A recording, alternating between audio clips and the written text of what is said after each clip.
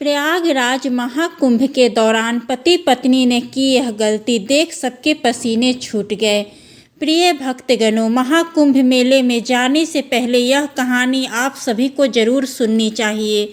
यह कहानी आपको सिखाएगी कि आपको महाकुंभ मेले में कौन कौन सी गलतियां नहीं करनी चाहिए, नहीं तो वह गलतियां आपका जीवन बर्बाद कर देगी। कैसे एक पिता ने अपने सब कुछ खो दिया, कैसे व्यक्ति अपनी एक गलती के कारण अपना सब कुछ खो देता है। प्रिय दोस्तों, कहानी को शुरू करने से पहले आप सभी इन वीडियो को लाइक कर दीजिए और कमेंट में ओम नमः शिवाय लिख दीजिए। प्यारे भक्तजनों, महाकुंभ मेला भारत का एक महान धार्मिक और सांस्कृतिक उत्सव है जो हर वर्ष 12 वर्षों में 4 स्थानों हरिद्वार, प्रयागराज, उज्जैन और नासिक में आयोजित किया जाता है। इसे दुनिया का सबसे बड़ा संगम माना जाता है जहां करोड़ों श्रद्धालु गंगा घाट पर स्नान करने के लिए जुटते हैं। यह महाकुंभ भारतीय संस्कृति, आध्यात्म और आस्था का प्रतीक है, जहां साधु संत, अघोरी, नागा बाबा और लाखों श्रद्धालु अपनी धार्मिक मान्यताओं को साकार करते हैं। मित्रों, सर्दी का मौसम था। सुबह की हल्की ठंडक के बीच गंगा घाटों से घंटों की और शंख की आवाजें गूंज रही थी। चारों ओर श्रद्धालुओं का उत्साह और भक्ति का मेला लगा हुआ था।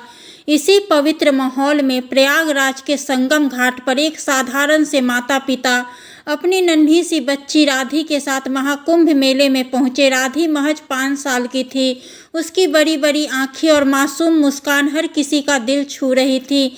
यह पहला मौका था जब वह अपनी बेटी को महाकुंभ के विशाल मेले में लेकर आए थे।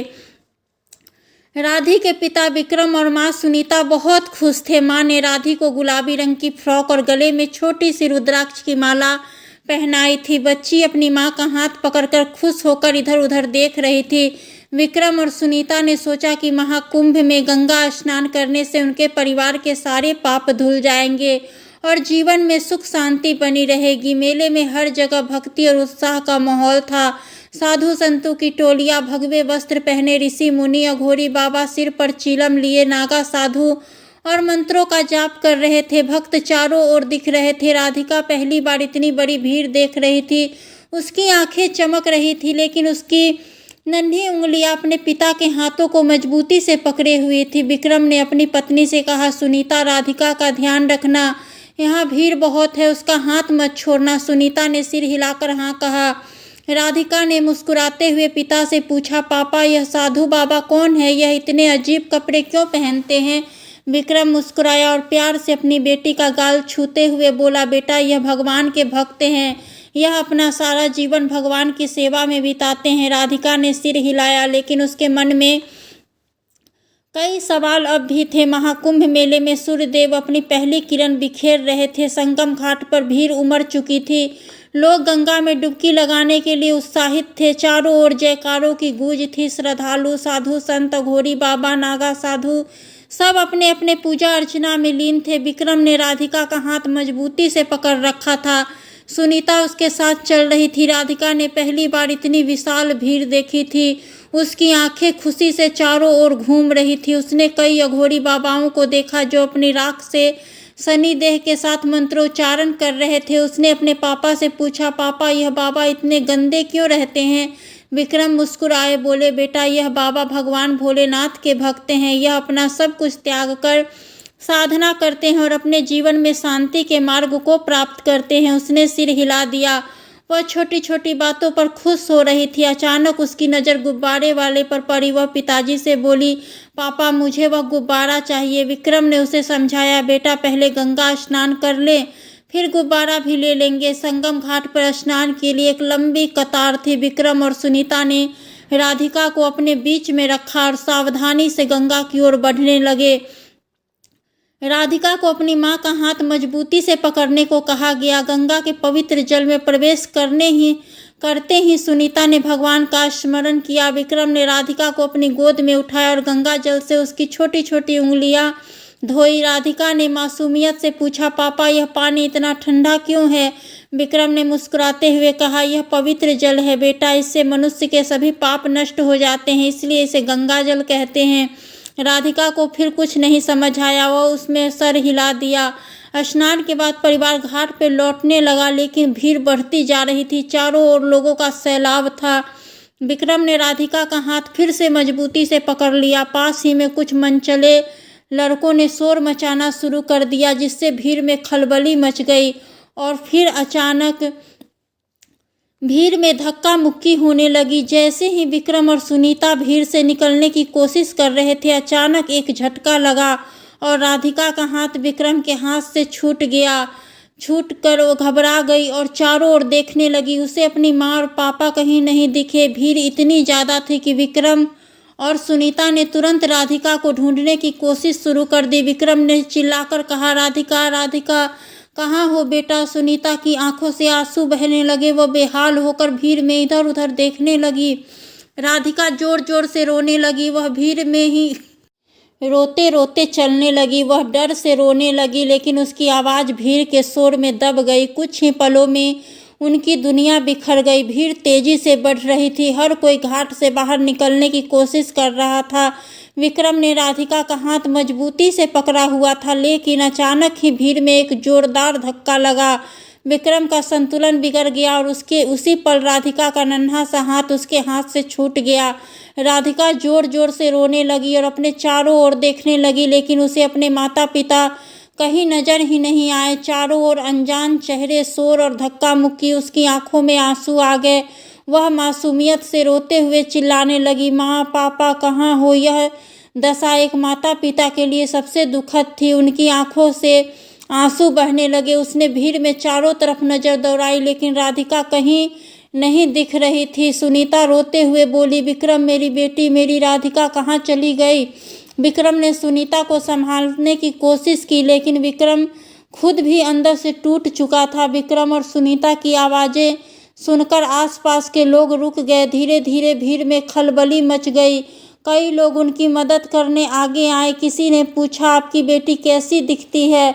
उसने कहा, क्या पहना है? विक्रम ने कांपती आवाज़ में कहा, वह 5 साल की है। उसने गुलाबी फ्रॉक पहनी है और गले में रुद्राक्ष की माला है। उसका नाम राधिका है। कुछ लोगों ने राधिका को ढूंढने की कोशिश की और भीड़ में इधर उधर जाने लगे, लेकिन भीड़ इतनी ही ज़्यादा थी कि राधिका का पता लगाना बहुत ही मुश्किल हो रहा था। राधिका भीड़ से बाहर निकलने की कोशिश कर रही थी। वह बार बार रोकर अपनी माँ और पापा को पुकार रही थी। उसे छोटी सी बच्ची को समझ नहीं आ रहा था कि वह कहाँ जाए। अचानक एक साधु बाबा ने उसे देखा। उन साधु बाबा का चेहरा बहुत ज़्यादा चमक रहा था और उनके चेहरे पर एक हल्की सी मुस्कान थी। वह बाबा राधी के पास गए और प्यार से बोले, बेटी, तुम क्यों रो रही हो? तुम्हारे माँ पिता कहाँ हैं? राधी ने रोते हुए कहा, मुझे पापा चाहिए, माँ चाहिए। साधु बाबा ने उसे अपने पास बिठाया और शांत कराया। बाबा ने उसे बच्ची को एक गुब्बारा भी दिया, जिस गुब्बारे के लिए उसे बच्ची ने पहले कहा था। गुब्बारे को देखकर बच्ची कुछ समय के लिए शांत हो गई। संगम घाट पर राधिका के गायब होने की खबर तेजी से फैल गई। विक्रम और सुनीता हर तरफ उसे ढूंढ रहे थे। सुनीता की आंखों से लगातार आंसू बह रहे थे। वह रोते हुए चिल्ला रही थी, राधी, मेरी बच्ची कहाँ हो? विक्रम की हालत भी खराब थी। उसके मन में भी भय और बेचैनी थी। भीड़ में किसी ने कहा, भाई साहब, आप मेले में घोषणा कार्यक्रम में जाकर बच्ची की गुमशुदा की घोषणा कीजिए।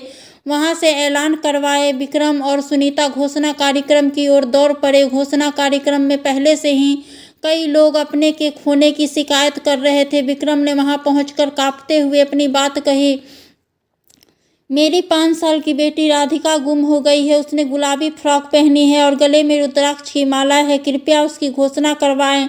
कार्यालय के कर्मचारी ने विक्रम की बात ध्यान से सुनी और माइक पर घोषणा की, सावधान, सावधान, 5 साल की बच्ची जिसका नाम राधी है, गुलाबी फ्रॉक पहने हुए है और गले में रुद्राक्ष की माला है, गुम हो गई है। जिसने भी इस बच्ची को देखा हो, कृपया उसे घोषणा कार्यक्रम पर लाए। घोषणा सुनते ही सुनीता की उम्मीदें जागी, लेकिन अगले ही पल जब किसी ने राधी को लेकर आने की खबर नहीं दी तो वह जोर जोर से रोने लगी। सुनीता ने भगवान की मूर्ति की ओर देखा और बिलखते हुए कहा, हे गंगा माँ, हे प्रभु, मेरी बच्ची को बचा लो। अगर मेरी राधी को कुछ हो गया तो मैं आपको कभी भी नहीं पूछूंगी, आपको कभी याद भी नहीं करूंगी। विक्रम ने सुनीता को सांत्वना देने की कोशिश की, लेकिन उनकी खुद की आवाज़ टूट रही थी। उधर राधिका साधु बाबा के पास बैठी थी। बाबा ने उसे प्रसाद दिया और उसकी भूख मिटाई। उन्होंने उसे शांत करते हुए कहा, डरो मत बेटी, मैं तुम्हारे माता पिता तक पहुंचा दूंगा। उसी समय बाबा को घोषणा कार्यक्रम से आवाज़ सुनाई दी और बाबा ने इस क्षण एक यात्री से घोषणा कार्यक्रम का पता पूछा और राधी को अपने साथ लेकर वहां जाने लगे। घोषणा कार्यक्रम में विक्रम और सुनीता के दिल की धड़कनें बहुत तेज हो रही थी। हर बार जब माइक से राधिका का नाम पुकारा जाता, उनकी उम्मीदें थोड़ी सी जागती, लेकिन जैसे ही कोई खबर न आती वो फिर से टूट जाते। सुनीता की आंखें रो रो कर सूज चुकी थी। वह बार बार भगवान को पुकार रही थी, हे गंगा माँ, मेरी बच्ची को मुझे वापस मिलवा दो। विक्रम ने सुनीता को संभालने की कोशिश की, लेकिन उनके अपने आंसू भी नहीं थमने का नाम ले रहे थे। चारों ओर से भीड़ का शोर, लोगों की हड़बड़ी और निरंतर घोषणाओं की आवाज़ें उनके दिल में घबराहट और बेचैनी बढ़ा रही थी। राधिका, जो अब भी घबराई हुई थी, साधु बाबा के साथ चल रही थी। बाबा ने उसे प्यार से कहा, डरो मत बेटी, भगवान ने मुझे भेजा है, मैं तुम्हें तुम्हारे माँ पिता के पास ले चल जाऊंगा। राधिका ने अपने छोटे छोटे हाथों से बाबा का हाथ कसकर पकड़ लिया। घोषणा कार्यालय में विक्रम ने कर्मचारियों से कहा, कृपया एक बार और मेरी बेटी के बारे में घोषणा करें, शायद कोई उसे लेकर आ रहा हो। माइक से फिर से आवाज़ गूंजी, 5 साल की बच्ची, गुलाबी फ्रॉक पहने हुए, गले में रुद्राक्ष की माला, जिसका नाम राधी है, जिसने भी उसे देखा हो, कृपया घोषणा कार्यालय पर लाएं। उसके माता पिता बहुत परेशान हैं। इस बार घोषणा सुनते ही साधु बाबा ने राधी से कहा, बेटी, तुम्हारे माता पिता यहीं तुम्हारा इंतजार कर रहे हैं, चलो तुम्हें उनसे मिलवाता हूँ। घोषणा कार्यालय के पास विक्रम और सुनीता उम्मीद और डर के साथ खड़े थे। तभी उन्होंने देखा कि एक साधु बाबा अपनी लंबी लंबी दाढ़ी और भगवा वस्त्रों में अपनी गोद में राधी को लिए आ रहे हैं। सुनीता ने एक पल के लिए देखा और चिल्लाई, राधी, मेरी बच्ची। राधी ने जैसे ही अपने माता पिता को देखा, वो दौड़ के माता पिता के पास भागी। विक्रम ने भी दौड़कर राधी को अपनी बाहों में ले लिया। सुनीता ने राधी को गले से लगाकर फुट फुट कर रोने लगी। राधी ने अपनी माँ से कहा, माँ, मुझे बहुत डर लग रहा था, तभी एक बाबा मुझे यहाँ लेकर आए। तभी सुनीता और विक्रम ने आसपास देखा तो वह बाबा उन्हें कहीं दिखाई नहीं दिए।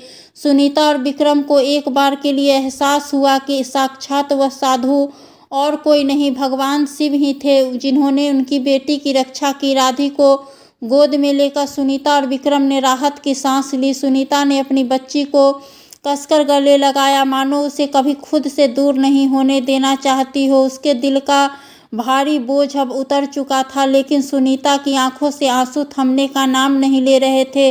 तभी पास का एक वृद्ध कर्मचारी विक्रम और सुनीता के पास आया और बोला, मेले में भीड़ हमेशा बहुत होती है, यह जरूरी नहीं कि ऐसे स्थानों पर आप हर पल सतर्क रहे। बच्चों का हाथ कभी न छोड़े और उन्हें हमेशा अपनी नज़रों के सामने रखें। यहाँ तक कि भक्ति और आस्था के बीच में भी हमें अपनी जिम्मेदारियों का ध्यान रखना चाहिए। विक्रम और सुनीता ने यह सीख दिल से समझ ली। उन्होंने तय किया कि आगे से कभी भी भीड़ भाड़ वाली जगह पर जाने से पहले पूरी तैयारी करेंगे और राधिका को कभी अपनी नज़रों से दूर नहीं होने देंगे। सुनीता ने संगम घाट की ओर देखते हुए भगवान को धन्यवाद दिया। उसने मन ही मन प्रतिज्ञा की कि वह अब कभी भगवान से अपनी आस्था नहीं खोएगी। उन्होंने साधु बाबा को भी याद किया, जिन्होंने राधिका को उनके पास पहुंचा दिया था। इसके बाद खुशी खुशी सुनीता और विक्रम राधी के साथ अपने घर की ओर रवाना हो गए। प्रिय भक्तजनों, राधी के मिल जाने के बाद विक्रम, सुनीता